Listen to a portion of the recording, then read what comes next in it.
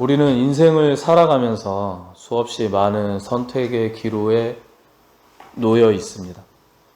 그리고 또한 내가 늘 하고 싶은 선택을 하며 살아가고 있지는 못하고 있습니다. 어느 것이 정답일지 모르는 상황에서도 최선의 선택을 하기 위해서 우리는 고민하고 고심하고 고군분투합니다. 그럼에도 불구하고 최선의 선택 이후에도 올바르지 못한 선택을 하거나 오히려 도움이 되지 못하는 선택을 할 경우가 많이 있습니다. 하나님을 믿고 따르는 신앙인 역시 우리 다르진 않지만 우리 인생을 돌이켜 보았을 때 하나님의 도우심의 손길이 있음을 우리는 느끼고 깨달을 때가 많습니다. 오늘 본문은 단 한 절임에도 불구하고 하나님께서 우리에게 어떠한 존재인지에 대해 짧지만 강렬하면서도 풍성하고 가득 찬 내용을 내포하고 있습니다. 먼저 하나님께서는 우리의 피난처라고 말씀하고 계십니다. 현재 우크라이나를 러시아가 침공해서 우크라이나 국민들은 또 옆 나라로 또 여러 나라로 피난을 간 사람들이 많이 있습니다. 우리나라 한국전쟁 6.25 때 혹시 계셨나요? 그 이후에 태어나셨나요? 네. 그 6.25 당시에도 저기 북에서 남으로 와서 그 피난민들이 대부분 어디에 정착했죠? 부산까지 피난을 가서 정착을 했습니다. 쓰나미가 덮칠 때에도 우리가 이제 산골에 살고 있으니까 쓰나미를 만날 일은 없는데 쓰나미를 만나면 어떻게 해야 되죠? 산으로 높은 곳으로 피난을 가야 합니다. 근데 이러한 재난을 만났을 때 사실 어느 곳으로 가도 절대적으로 안전한 곳은 없습니다. 근데 구약시대에 성경에서 하나님께서 그 도피성이라는 곳을 마련해 놓으셨어요. 이것이 무엇이냐면 이스라엘 그 백성 가운데 고의가 아니라 우발적으로 살인한 자들을 보호하시기 위해 만들어진 곳입니다. 우리가 현재 시대에는 법이 강화되고 보안이 철저해서 우리가 그러한 일은 많이 없지만 과거에는 폭력이 난무하던 시대였죠. 근데 어떻게 하다 보니까 사람을 죽이게 됐어. 본의 아니게 실수로. 그러한 자들을 안전하게 보호할 수 있는 그런 장소였다라는 것이죠. 그러나 이 살인자가 그곳을 떠나거나 그 도피성을 나올 경우에 그를 어디서 만나든지 간에 그 살인자를 죽여도 된다라는 조건이라고 해야 될까요? 네. 죽여도 좋은 그런 시절이었어요. 하나님을 믿고 따르는 자이면서 하나님을 의심하여 또 하나님 품을 떠나고 그 믿음을 악한 곳으로 옮기고자 한다라면 그는 도피성을 나온 죄인과 같다라는 것이죠. 그 살인자가 도피성에 있기 싫어서 나오게 되면 어떻게 해야 된다고요? 네, 어떤 사람이든지 간에 그 사람을 만나서 죽여도 좋다라는 조건이 있어요. 아무도 지켜주지 않는다라는 것입니다. 이 사탄은 우리가 하나님을 떠나게 된다라면 호시탐탐 우리의 영혼이 썩어 문드러지기를 노리고 있듯 하나님 품을 떠난 성도는 사탄의 먹잇감이 되고 말 것입니다. 하나님께서는 우리의 피난처이시듯 우리는 그분을 믿고 그분 안에 거할 때에 우리의 삶과 영혼은 당연하게도 이 말씀과 같이 보호받을 수 있는 것입니다. 두 번째로는 하나님은 우리의 힘이십니다. 성경은 수많은 이야기를 품고 있죠. 그중 우리가 잘 알고 있는 모세와 다윗의 이야기도 있습니다. 종살이하던 이스라엘을 하나님께서는 모세를 통해서 출애굽시키셨죠. 이들은 종이었지 군대가 아니었어요. 그러니까 당연히 그 이집트, 애굽 나라의 군민들과 싸워서 이길 수가 없었습니다. 하지만 하나님께서는 이스라엘 백성들을 탈출시키셨죠. 이것은 기적에 가까운 사건입니다.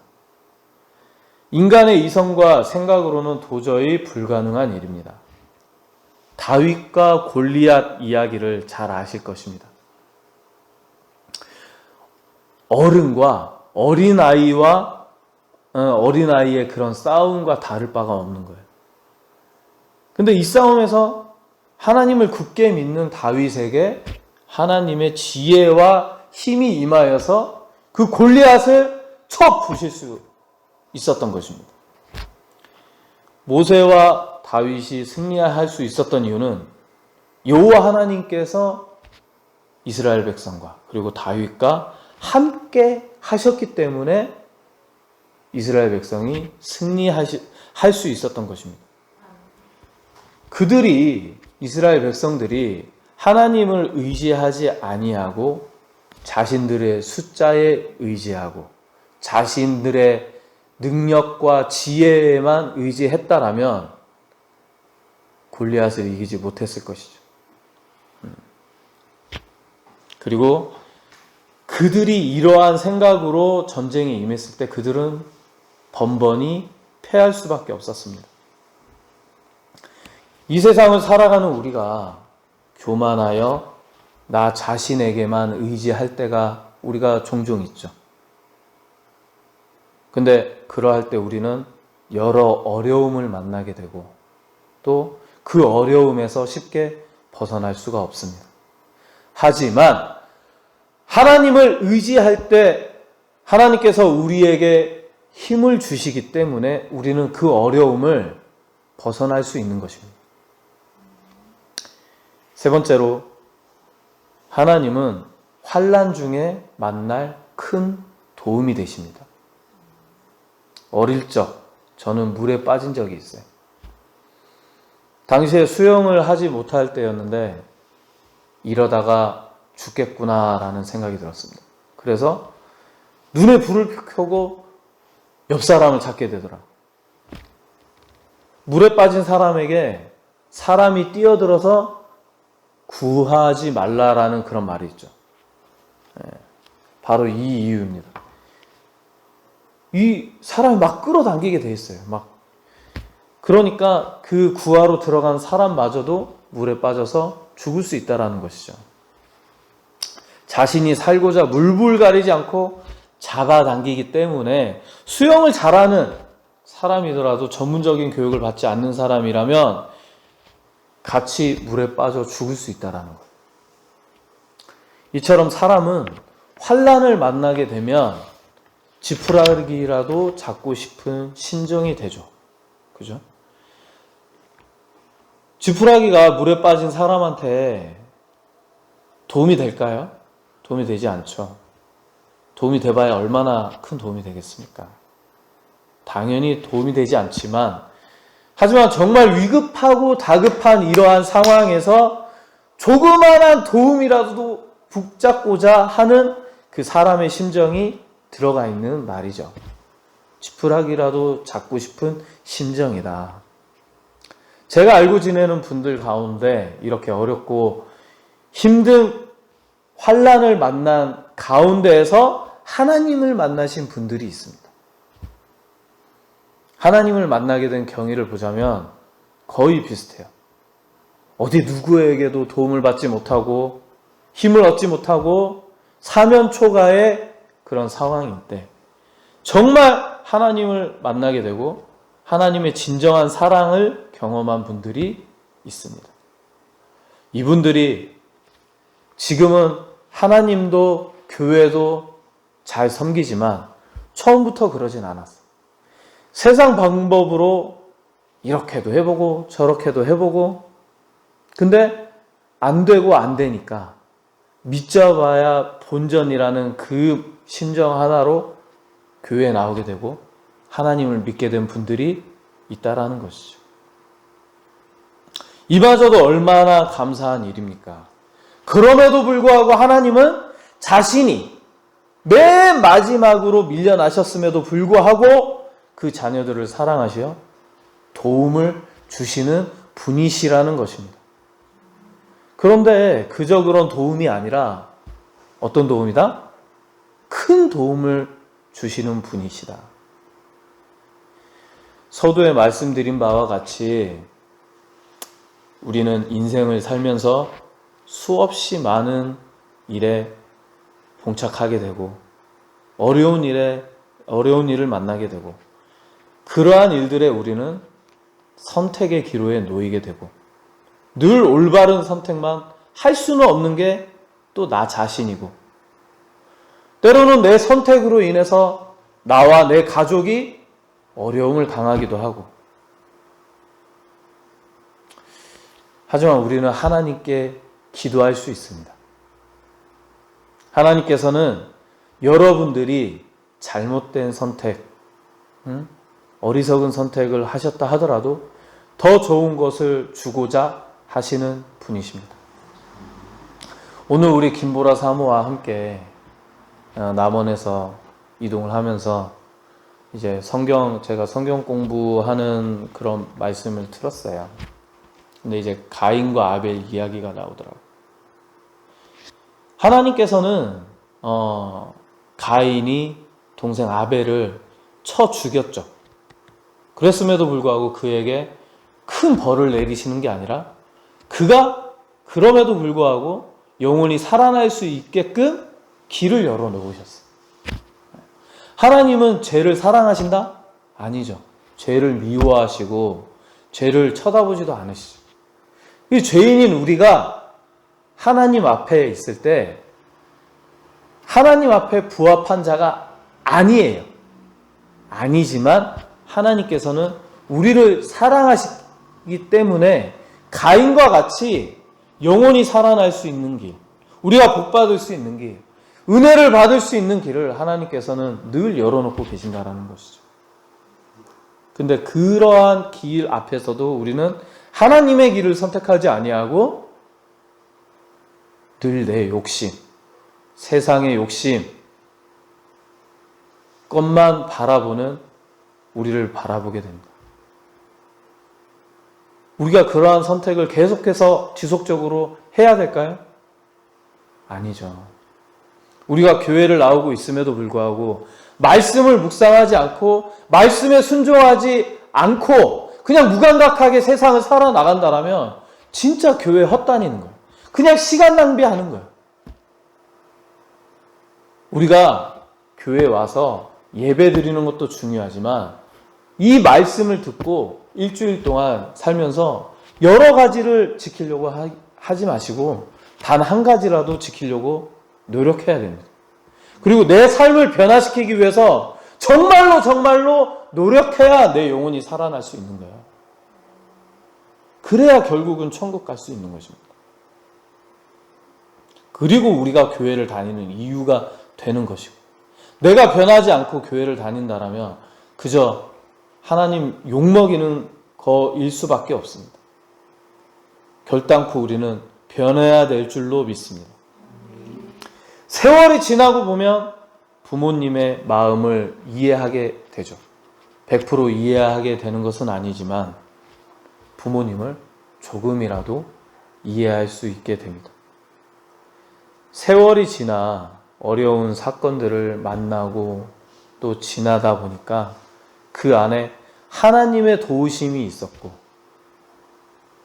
나에게 하나님께서 힘을 주심이 있었고 또 나에게 위로해 주시는 분이심을 깨달을 때가 있습니다.